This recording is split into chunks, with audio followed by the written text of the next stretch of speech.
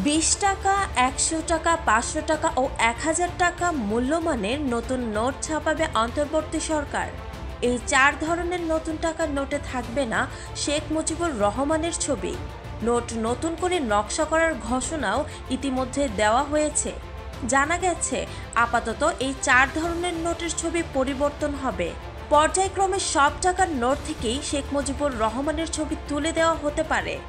নতুন নোট ছাপানোর প্রক্রিয়া শেষ হয়ে বাজারে আসতে 1.5 বছরের বেশি সময় লাগতে পারে বলে ধারণা করা হচ্ছে। অর্থ মন্ত্রণালয় এবং বাংলাদেশ ব্যাংকের পক্ষ থেকে জানানো হয়, বর্তমান নকশা থেকে শেখ মুজিবুর রহমানের ছবি সরিয়ে নেওয়া হবে। প্রাথমিকভাবে 4টি নোট পুনরায় নকশা করা হবে। অর্থ মন্ত্রণালয়ের অর্থ বিভাগ 29 সেপ্টেম্বর এক চিঠিতে নতুন নোটের বিস্তারিত নকশার প্রস্তাব জমা দিতে বাংলাদেশ ব্যাংকে অনুরোধ করেছে। নতুন নোট ছাপানোর বিষয়ে মূল সুপারিশ করবে কেন্দ্রীয় ব্যাংকের মুদ্রা ও নকশা উপদেষ্টা কমিটি।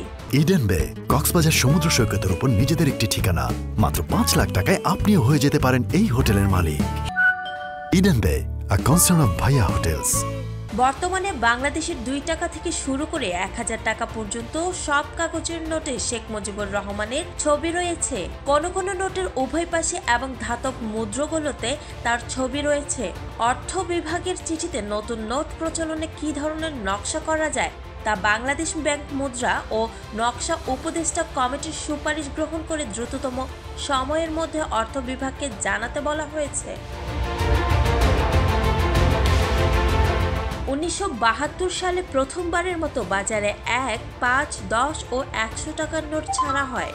এসব নোটে শেখ মুজিবুরের ছবি ছিল। পরে বিভিন্ন সরকারের সময় নতুন নতুন নোট প্রচলনের পাশাপাশি পুরানো নোটগুলো সরিয়ে নেওয়া হয়। 1996 সালে আওয়ামী লীগ ক্ষমতায় এসে আবার শেখ মুজিবের প্রতিকৃতি সংবলিত 10 ও 500 টাকার নোট ছাপে।